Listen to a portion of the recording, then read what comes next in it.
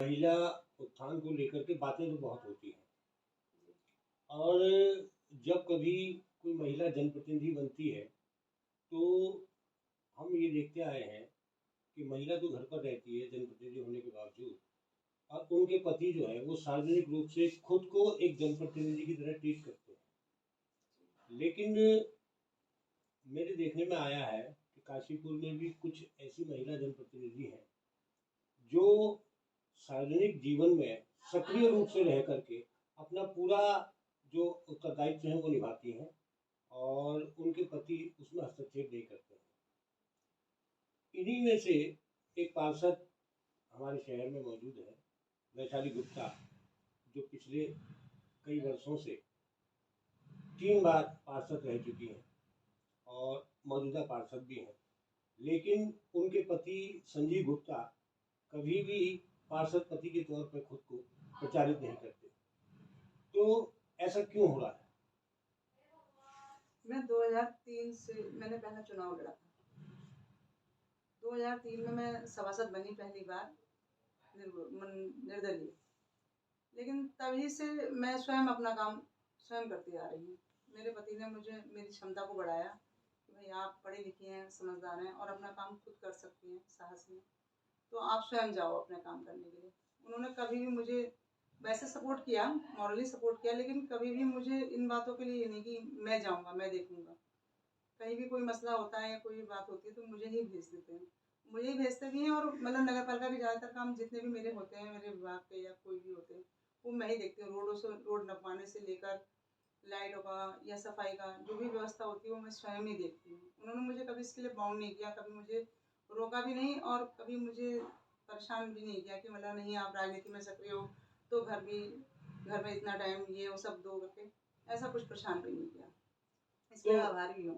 घरेलू जीवन और सार्वजनिक जीवन दोनों में जो सामंजस्य है उसको स्थापित जो आप करती हैं, उसके पीछे किसका हाथ मानती हैं?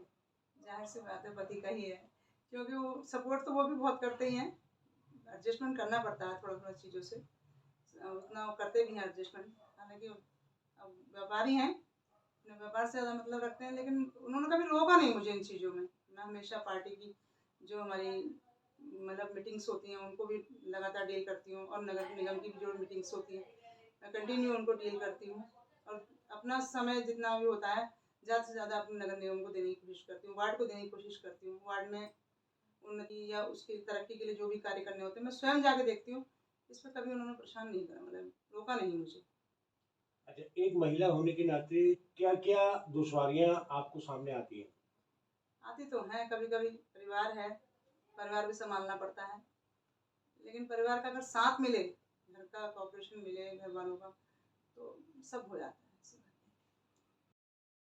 आपकी पत्नी लंबे अरसे से पार्षद हैं जी, और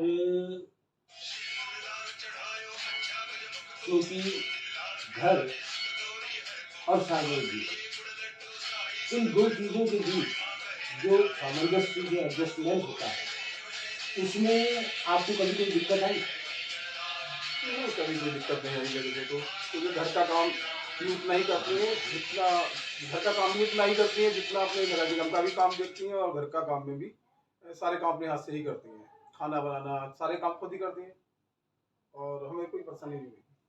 अच्छा, कभी चूंकि आप घर पे रहते हैं, व्यापार भी करते हैं, तो नगर निगम के कार्यों को लेकर के कुछ लोग आपके पास आते होंगे। ऐसी स्थिति में आप उन्हें क्या सलाह देते हैं? ज़्यादातर तो मैं घर वाली की बात वहाँ घर दे देता हूँ, या उनके कागज़ वगैरह भी लेके जाके मोहर लगाने की रख लेता हूँ, और जब ये दुकान पर आती है तो वहाँ साइन वगैरह करके मोहर लगा करके दे देती है। फिर मैं उनको फ़ोन करके दुकान से ही उनके कागज़ उनको दे देता हूँ। और एक छोटी सी घटना थी मेरे में, एक आदमी थे हमारे वार्ड के और काफ़ी कमज़ोर थे और वृद्ध थे, तो उनका हाउस टैक्स जमा होना था, तो मैं हाउस टैक्स जमा कराने नगर निगम गया था। वो एक ही बार गया, और मैं 20-25 वर्ष से मैं आज तक नगर निगम नहीं गया, असली काम से भी नहीं गया।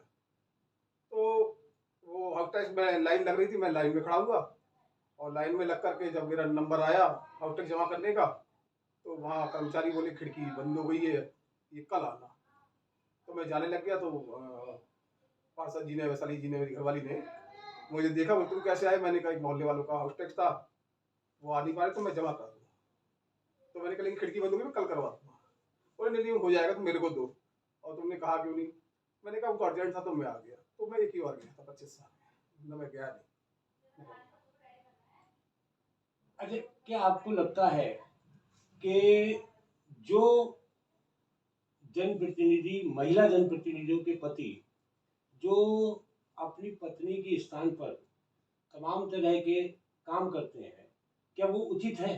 नहीं, वो बिल्कुल उचित नहीं है। यदि उसकी स्त्री में मतलब उनकी महिलाओं में इतनी क्षमता नहीं है कि वो अपने काम देख सकती हैं, कर सकती हैं, तो उन्हें चुनाव नहीं लड़ाना चाहिए। यदि वो सक्षम है महिला, पढ़ा लिखा होना ही ज़रूरी नहीं है, आदमी के अंदर समझदारी सूझबूझ भी होनी चाहिए। यदि वो सक्षम है तब तो उन्हें चुनाव लड़ाना चाहिए, वरना भेड़ चाल की तरह साहब महिला सीट आ गई और पकड़ा महिला को और चुनाव लड़ा दिया। अब वो सक्षम नहीं है उसके अंदर इतनी सूझबूझ, तो उसे चुनाव नहीं लड़ाना चाहिए। वहाँ योग्य गुप्ता जी, ये इस संदर्भ में आप महिला उत्थान को लेकर के या महिलाओं के समाज में स्थान को लेकर के क्या विशेष संदेश देना चाहेंगे? मैं यही कहना चाहूँगा कि नारी शक्ति को सर्वोपरि रखना चाहिए, आगे बढ़ाना चाहिए और उनके प्रयासों की जो भी प्रयास जिस क्षेत्र में है, वो जॉब में है, पॉलिटिक्स में है, जिस क्षेत्र में है, सामाजिक कार्य में है, किसी भी पार्टी में है, उनको प्रोत्साहित करना चाहिए और महिलाओं को आगे बढ़ाना ही मेरे ख्याल से भारत की उन्नति महिलाओं के साथ भी काफ़ी हद तक है। और उनको बहुत मतलब जो है, अगर वो किसी विषम परिस्थिति में, किसी भी परिस्थिति में हो, तो साथ देना चाहिए। कभी राय मांगती हैं किसी विषय पर आपको, तो अपनी बेबाक अच्छी राय उनको देनी चाहिए।